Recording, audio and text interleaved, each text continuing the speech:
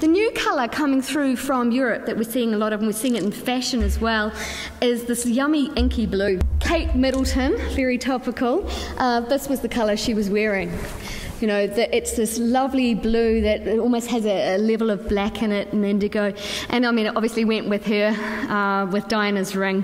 And it would be fascinated to see how many 20-somethings that get engaged go back to the sapphire and diamond ring option. That was a big deal in the 90s. The inky blue colour is also just portrayed on this wall here.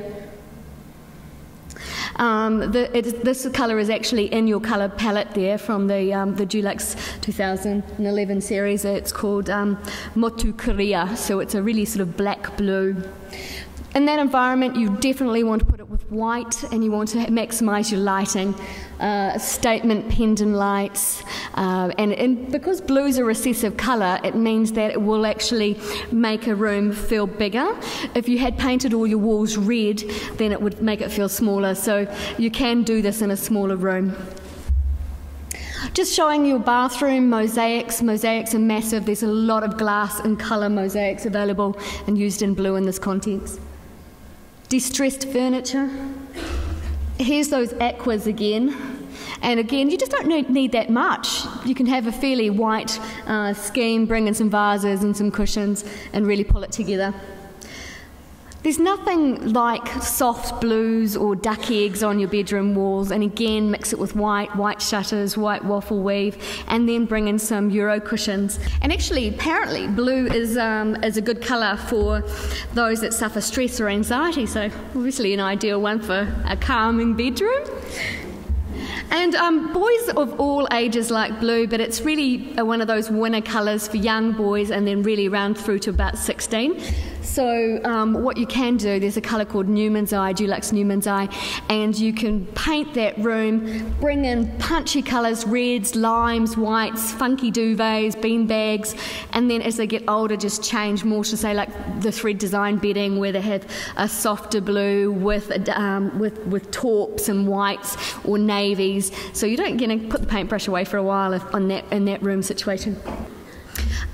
This one's new for us, the purples and the pinks, and you either really like it or you don't. It's, in fact, it's not a new colour at all in the sense that it was the Roman Empire that wore purple for the first time. It was only the emperors who wore togas in purple, and that actually went through to the English and the European dynasties with the royalties wearing purple. In the 19th century, they synthetically produced it for the first time, and it became a really, really popular colour with artists and bohemians and people with unconventional point of view. So now we're seeing it coming through, and as Andrea said, it's kind of a red-based purple. This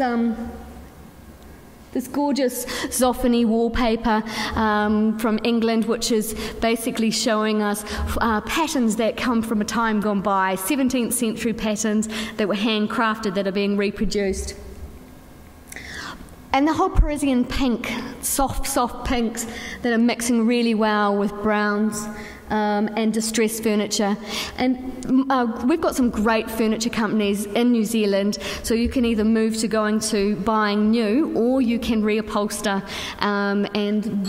As Andrea said, a lot of furniture houses are looking to the past, the 20s through to the 70s for design shapes.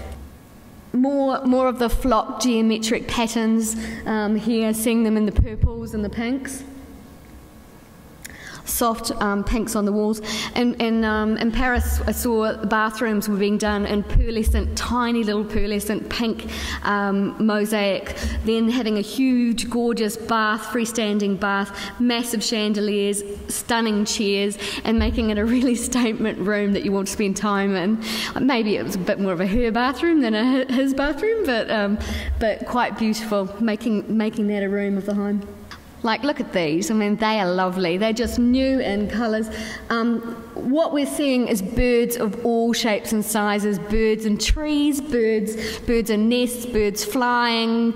There's birds absolutely everywhere in all of these colourways that we're talking about.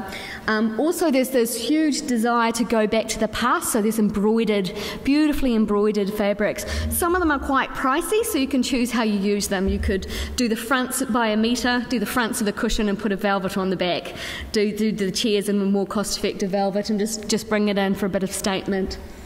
And see this chair here, this is a new chair, but it looks like a 1920s piece.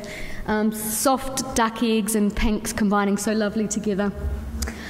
The key trend we're seeing is that whole eclectic mix. So look and trade me, grab the old wing chair out of the garage or some piece that you've got from Nana, put some of these beautiful new fabrics on it and bring it into your home and mix it with new pieces of furniture as well. Then if we look at up here, you know, the 50s and pottery from the past as well in the time of handcrafting is very collectible. 60s and 70s, and these new chairs here look very much like they're from the 1920s.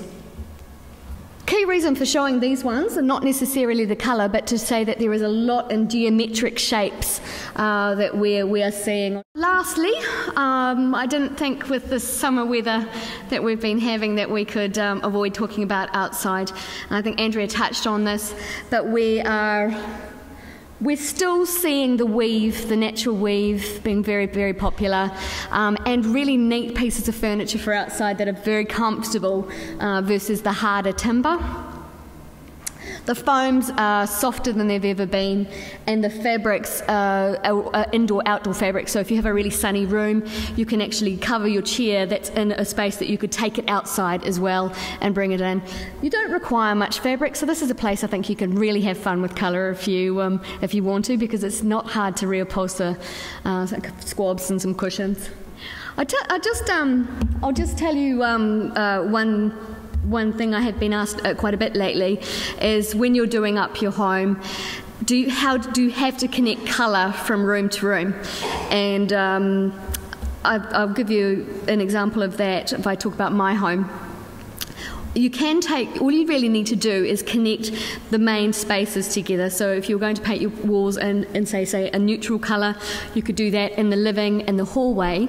But then of course you can go into a duck eggs or blues in a bedroom, which I've got in one of my rooms in the house. You can go down kids' rooms. Don't be afraid to have fun with them, because you can shut the door. You don't really need to worry, and it's only paint and it's only fabric, so it's very changeable. In my lounge I've got an old couch that's been reupholstered that I got off Trade Me in a red velvet. It's mixed with a modern couch.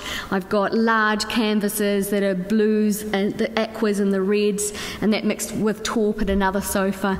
So you can play with it, an old table with 1960s chairs. So I think the key thing about making your home comfortable and basically bringing in lots of different furniture pieces, it's not a show home anymore. Minimalism is gone, been gone for years. So don't be afraid to have things around you that remind you of the past, and choose colours that you would wear. So if you went into a clothes store and you gravitated towards a colour, well then that's obviously a good choice for your cushions and your accessories. Okay, thank you very much.